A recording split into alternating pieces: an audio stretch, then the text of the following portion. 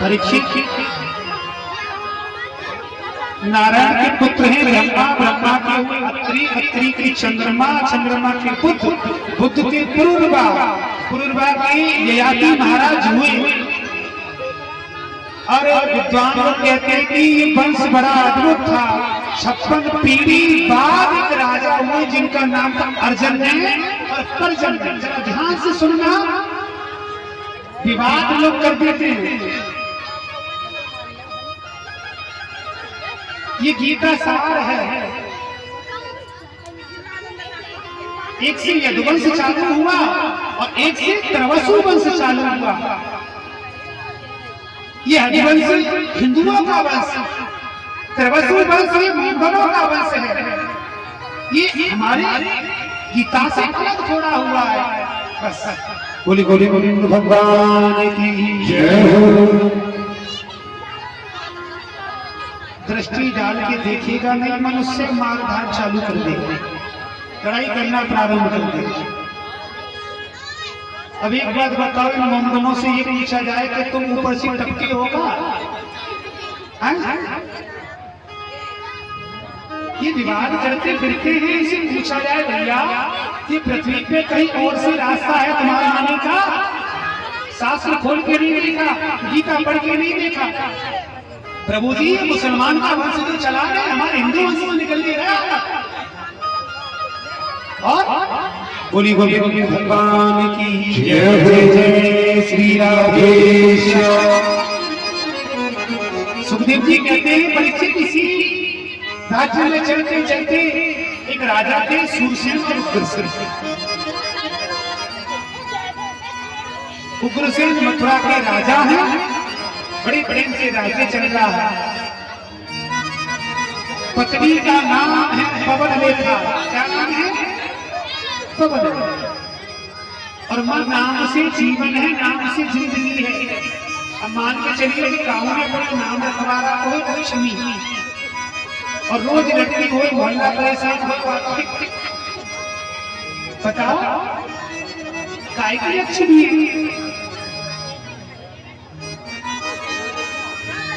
बोली बोली भगवान की जय, जय जय श्री राधेश्याम। भाई एक बात बताऊं भैया, आजकल की बहुओं की कमी ना है, बड़ी बड़ी ज्यादा खराब। हाँ हाँ, चौके के बच्चों पर है ना जाए बहुओं की कमी बता दी। बताओ अब बेचारी बहू आजकल की कहाँ इतना सुनती। बोली बोली बोली भगवान की जय, जय। पत्नी का नाम पवन लेखा, साथ की सहेली आई, भ्रमण करने के लिए वन में गई। आंधी तूफान का आगमन हुआ है। एक राक्षस दुर्मित था और उसकी परछाई उस पर पड़ गई। पवन लेखा ने उसको सामने पर देखा। आंधी तूफान शांत होने के बाद तो कहा उसने, बोली सुन, परेशान मत होना, पुत्र तो मेरे होगा, परंतु ऐसा होगा कि जिसका संसार में नाम हो। उग्रसेन को नहीं बताया पवन लेखा।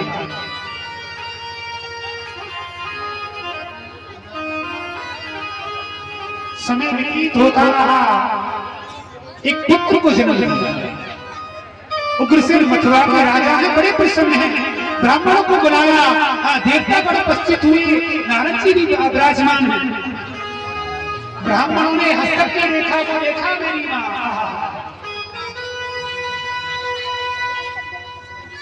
हस्तक की रेखा, मस्तक की रेखा देख करके बता दिया कि ये तेरा पुत्र तो है, लेकिन ये ना भगवान पर बड़ा भारी पड़ेगा, भगवान के भक्तों पर बड़ा भारी पड़ेगा। ये पूजा नहीं करने देगा, स्मरण नहीं करने देगा, तप करने देगा नहीं।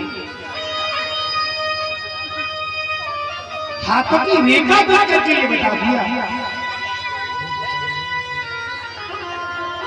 अच्छा वैसे एक बात बताओ, अगर कोई साधु ब्राह्मण तेजस्वी आ जाए तो मैंने ये देखा है कि मैया है ना, वो बड़ी भावुक हो जाती है उसके साथ। हाँ बाबा दिन बड़ी खराब चल रहे हैं, हमारा हालत देख लियो। अरे एक बात बता, मेरी माँ हाथों में क्या है ये तो समझ लेना चाहिए पहले। हाथों में कोई धन नहीं बैठा, और सीधी सी बात है, जो किसी का बुरा करेगा ना हाथों से, हाथ वही सामने बढ़ाएगा। भैया देखिए, समझ रहे हैं? और जो बुराई नहीं किया कभी किसी का, तो क्यों हाथ बढ़ाना। कराग्रे वस्य लक्ष्मी कर्म प्रिय सरस्वती कर्म नेत्र गोविंदा निर्भरा नेत्र दर्शन। ये है हाथों के लकीरों। करकी रेखा में कराग्रे वस्य लक्ष्मी का वास है, सरस्वती का वास है, गोविंद का वास है इस रेखा में। और क्या भूत व्याधि रहती है?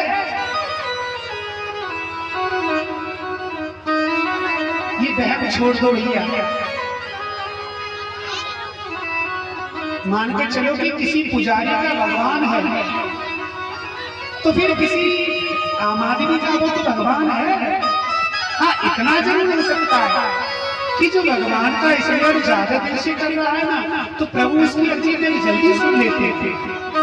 इसलिए हम विद्वान लोग का सम्मान करते थे। लेकिन एक बात ध्यान रखो भैया, हर व्यक्ति ज्ञानी है, कोई अज्ञानी नहीं है। सबके अंदर ज्ञान भरा हुआ है, बस इतना जान जाओ कि सत्य क्या है। बोली बोली भगवान की जय जय श्री राधेश्याम।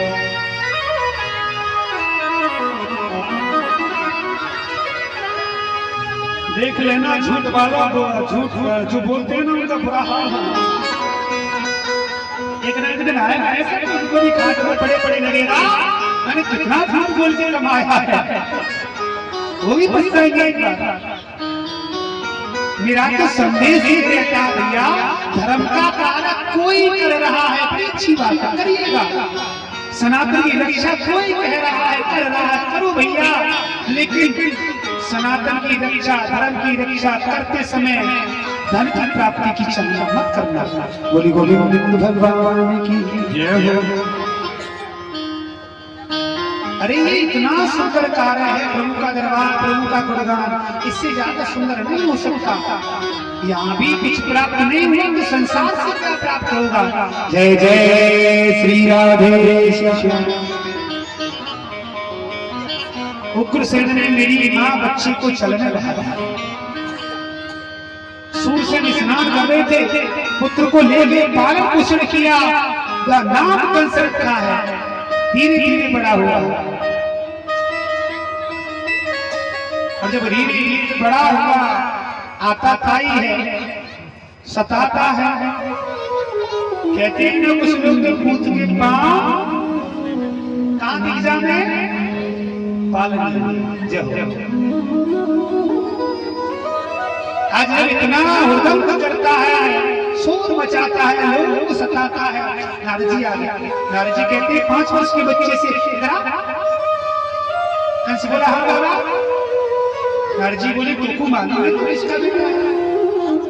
कंस बोला हाँ, सूरसेन मेरे बाबा है।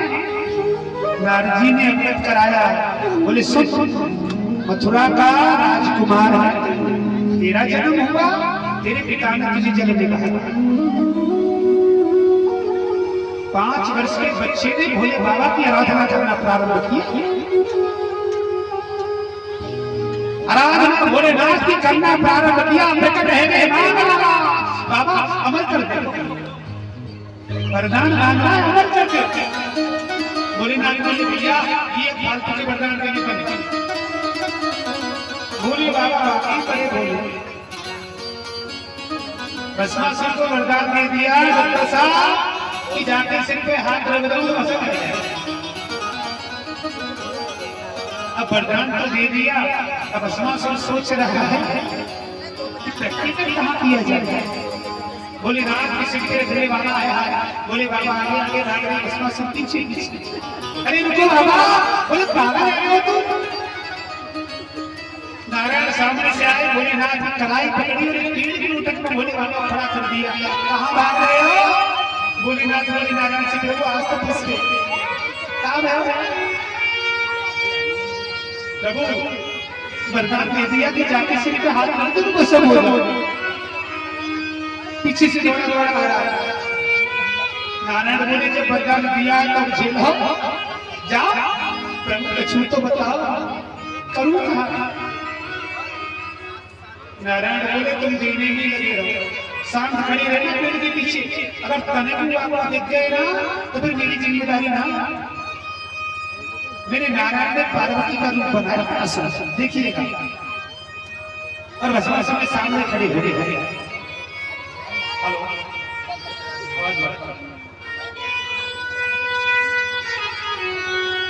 और नारायण कह रहे हैं भस्मासुर से पार्वती का रूप है, कहाँ जा रहे हैं? भस्मासुर ने पार्वती को देखा, देवी मुंह लटका के खड़ी हुई। पार्वती बोली हम तो तुम्हारे पास से आना चाह रहे हैं। बोले बाबा से बड़ा परेशान, मन में विचार कर रहा है कि बाबा को खत्म नहीं हमारे तो कर रहे कि पार्वती हमारे संग रहे। चलो पार्वती बोली ऐसे जिस प्रकार से नृत्य में करो ऐसा ही नृत्य करो। भस्मासुर बोले ठीक है, राजवाड़ी नाचना प्रारंभ किया दोनों ने, और नाचते नाचते पार्वती ने अपने हाथ अपने सिर पे रखे और भस्मासुर ने अपने हाथ अपने सिर पे रखे, भस्म हो गया। बोली गोविंद भगवान की जय हो, जय जय श्री राधेश्याम। ऐसे ही भोलेनाथ बोले भैया वरदान तो मैंने बहुत दिए, पर ये भाई का वरदान तेरा भी है इससे। बाबा तुम्हारी पूजा ना करी करिए तुम आएगा और वरदान मां तो फिर एक लीना होगा। भोलेनाथ बोले जितना तेरो मन करे तुम उतने, पर अमर का वरदान नहीं दूंगा। कंस बोला ठीक है। बोले बाबा इस पृथ्वी पे ना नर नारी जल थल जीव जंतु अस्त्र शस्त्र मेरी मृत्यु किसी से ना हो। भोलेनाथ बोले ठीक है जा। इतने वरदान पाकर के बड़ा प्रसन्न हुआ कि जब पृथ्वी पर रहने वाला कोई भी जीव जंतु नर नारी किसी से मृत्यु नहीं होगी तो मैं अमर हूं, कोई नहीं मान सकता। बड़ा खुश हो रहा है। भोलेनाथ बोले सुन सुन सुन भैया सुन, क्यों प्रसन्न हो रहा है? बाबा जब पृथ्वी पर मुझे कोई मार नहीं सकता तो मैं अमर हूं। भोलेनाथ बोले बाबरे इंसान की गारंटी है, भगवान की गारंटी नहीं। हाँ बोली गोली गोली भगवान की जय। कंस बोला तुमने मेरे साथ में तो छल किया है, अब मैं पहचानूंगा कैसे कि वो भगवान का इंसान है? बोले नाथ ने कभी उसे देख दिया। बोले जो इस धनुष को तोड़ देगा ना समझ लेना उसी दिन तेरा मृत्यु निश्चित है। गया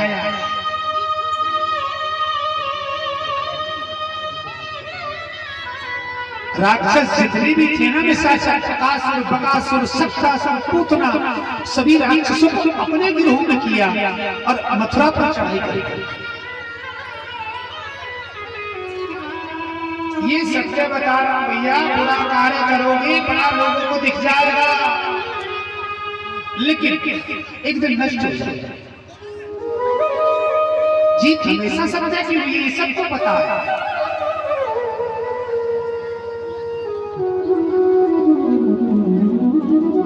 मथुरा पर चढ़ाई की, कृष्ण बैठे हुए राज्य चल रहा है। अपने पिता को सत्तर तक पकड़ के जेल में डाला था। बोली गोविंद भगवान की जय हो। और भैया जा घर में माँ बाप दुखी है ना, वह घर में भगवान कैसे प्रसन्न हो सके? बताओ।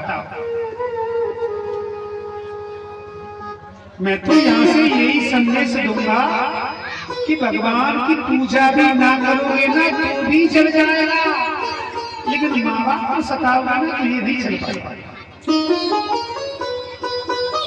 इसका फल तुरंत मिलेगा। आपने ये भी सोचा है कि भगवान से अगर कुछ मांगा जाए तो देरी हो सकती है और माँ बाप से अगर कुछ मांगा जाए तो देरी नहीं होगी। ये है उग्रसेन बैठे हुए राज्य चल रहा है, धर्म को अधर्म बनाना आरंभ किया, सब कुछ जेल में डाल दिया और राजा बना वहां। अरे एक बात बताओ, गलत कर्म करने वाले व्यक्ति से तो सामने वाला वैसे ही डरता है, पर उसको महसूस होता है कि बलवान बलवान नहीं है, वो तेरे जैसा नहीं बनना चाहता, बदतमीज, वो तेरे जैसा नालायक नहीं बनना चाहता, इसलिए वो चुप है। वरना मैं पहले भी कह चुका हूँ, मनुष्य वो सामर्थ्य है कि जीवन में कोई कार्य ऐसा नहीं छोड़ेगा जो नहीं हो सकता, लेकिन प्यारे जिस कार्य का तरीका गलत हो जाए तो फिर वो मनुष्य है। शब्दों पर बात सुने करो, थोड़ा पर विचार किया करो कि ये कहां जाकर के रुकेगा। राजा बना, राज्य चल रहा, भगवान की पूजा आराधना रुकवादी, प्रसन्नता आ रही है जीवन में, भय बढ़ रहा है। एक दिन बैठे बैठे ना मन में विचार आया और आंखों में आंसू आ गए। पहरेदार बोला, प्रभु आप तो बड़े सामर्थ्यवान हैं, क्यों रो रहे हैं? देवकी की पुत्री है देव और कंस उसको अटूट प्रेम करता था। मन में विचार था कि एक ही तो बहन है और ऐसे घर में मैं इसको भेजना चाहता हूं, कभी परेशान।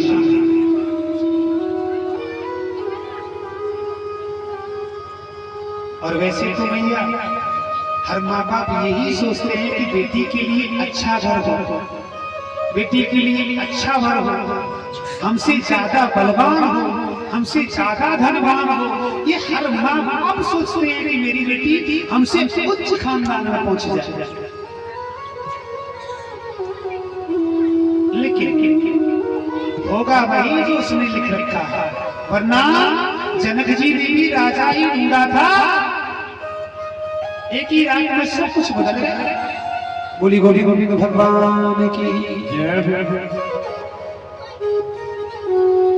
बैठे बैठे रो रहा है, भर की तलाश है, मन में विचार है ऐसे घर में परिवार में पुत्री का विवाह कर आनंद में रह रहे। मालूम पड़ा कि नजदीक जी तुम्हारे मित्र हैं, जाने पहचाने हैं, आपने उनको बड़ी अच्छी तरह से निहारा है, देखा है, उनसे बढ़िया यहाँ आपको मिलेगा कोई। नजदीक जी को बुलाया, आप हमारी बहन से विवाह करोगे? नजदीक जी बोले नहीं। 6 शादी विवाह पहले नजदीक जी की हो चुकी, पर पुत्र नहीं है।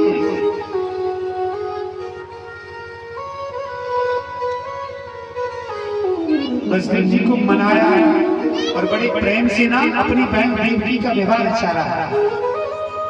प्रेम इतना करता था, विवाह पूर्ण हुआ, मन में विचार इसको मैं अपने हाथों से खुद विदा करना चाहता। बैठ गया, नारायण के मन में विचार आया कि अगर इसके अंदर दया आ गई ना तो फिर मेरा जाना कठिन हो जाएगा। दया नहीं आनी चाहिए। तभी तो बोला है कि सबसे बड़ा कर्म धर्म अगर मनुष्य का है तो वो दया का है, और दया नहीं तो फिर वो मनुष्य कहाँ रहा। लेकिन के जाकर बड़े प्रेम से विदा कर रहा है, आकाश के माध्यम से आवाज का आना होता है, कहीं से सुन जिस बहन के तू प्रेम से विदा कर रहा है ना, अष्टम पुत्र इसके गर्भ से जन्म लेगा और तेरा काल होगा, तेरी मृत्यु निश्चित है। जा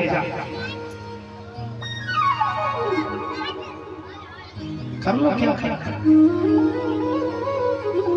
तभी तो मैं कहता हूं कि शरीर से प्रेम मत करो, शब्दों से प्रेम करना सीखो। कंस को ये मालूम पड़ा ना कि अष्टम पुत्र का होगा, केस पकड़ के खींच दिया, कितना प्रेम करता था तुझसे, अब कहां गया प्रेम? बताओ।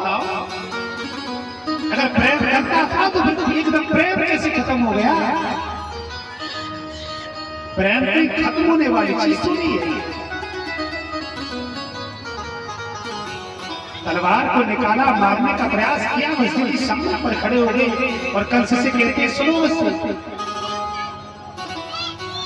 तुम्हारी बहन है मानते हैं, लेकिन कहीं तुमसे ज्यादा अधिकार है मेरा। बोली गोली गोली भगवान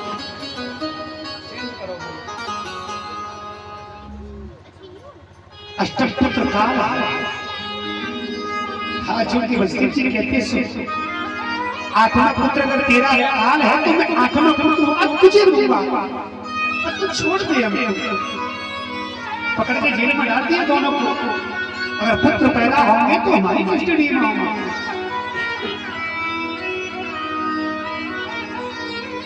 पहला पुत्र हुआ कर इसको मालूम पड़ा, दुग्धपान करा रही है, की पोछा दौड़ा दौड़ के उठाया, मारने का प्रयास करना चाहता था, दया आ गई, छोड़ दिया। मन में विचार था कि आठवां ही काल है तो पहले से क्यों मारा जाए। गया नारद जी को मालूम पड़ा, नारद जी आ गया, कंस अभी तक व्यक्ति के पुत्र नहीं हुआ, कोई प्रभु हुआ है, पर वो पहला है ना। नारद जी मन में विचार कर रहे हैं, बोले बड़ा दयावान बन रहा है, अगर तेरे अंदर दया आ गई तो फिर भगवान को देरी होगी आने में। अब देवतू लगे पड़े, प्रभु तुम जल्दी आओ। विकृत किया, दौड़ा गया, मार भैया लाला को भिजवाओ, बंटी कन्हैया को भिजवाइएगा। 6 पुत्रों का संहार किया। अब देखना 7वें पुत्र की तैयारी, देखता आपस में बात कर रहे, घबरा रहे, प्रभु कैसे होगा। अब के दाऊजी के रूप में आ रहे हैं, यहाँ बड़े बन के आ रहे हैं। शेषनाग अवतारी लखनलाल अब के प्रभु के बड़े भाई बन के आ रहे हैं, देखो। लेकिन गोविंद की कृपा एक तरफ से खींच के दूसरी तरफ रोहिणी की तरफ में दाऊजी को प्रवेश कर दिया। कंस को ये मालूम पड़ा देवकी का 7वां पुत्र जो जन्म लेने वाला था वो गर्भ में नष्ट हो गया। इतना शब्द जब सुना, 8वें पुत्र की तैयारी, पहरा डबल कर दिया, ताले 4 छाप लगा दिए, प्रभु जन्म लो। भादों की अष्टमी है, काले टिमटिमाए भौरे गूंज रहे हैं, बड़ा सुहाना मौसम है। भगवान ने चतुर्भुजी रूप दर्शन दिया। भैया मैं आ रहा हूं, भगवान ने अपना चतुर्भुजी रूप दिया, मैं आ रहा हूं।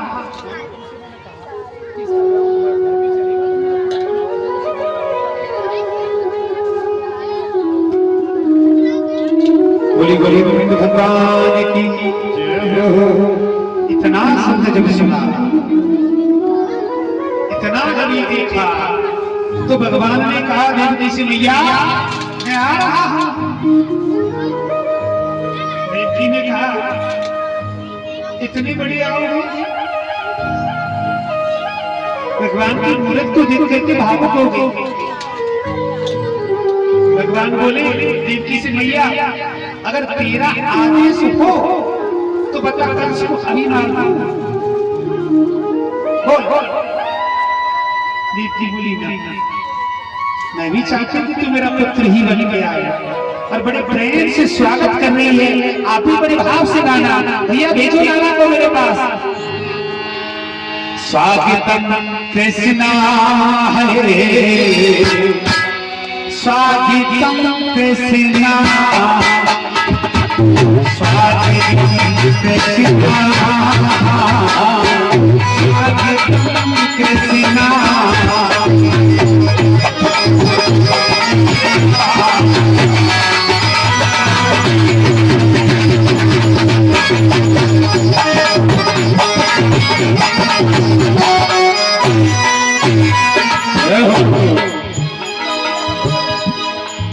स्वागतम सुस्वागतम, स्वागतम सुस्वागतम, स्वागतम कृष्णा, स्वागतम कृष्णा हरे, स्वागतम कृष्णा,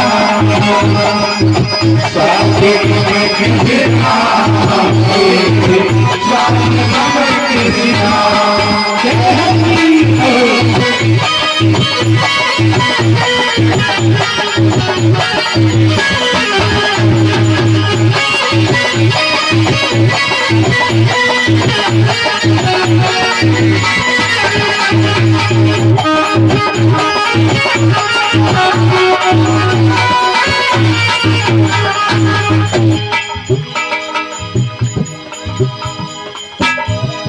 बेटी अगर अब तुम्हारे घर में लाला है जाना खाओगे तो पूरे मोहल्ला गांव रिश्तेदार यार मित्र दोस्त सबको बता दोगे हमारे छोटा हुआ।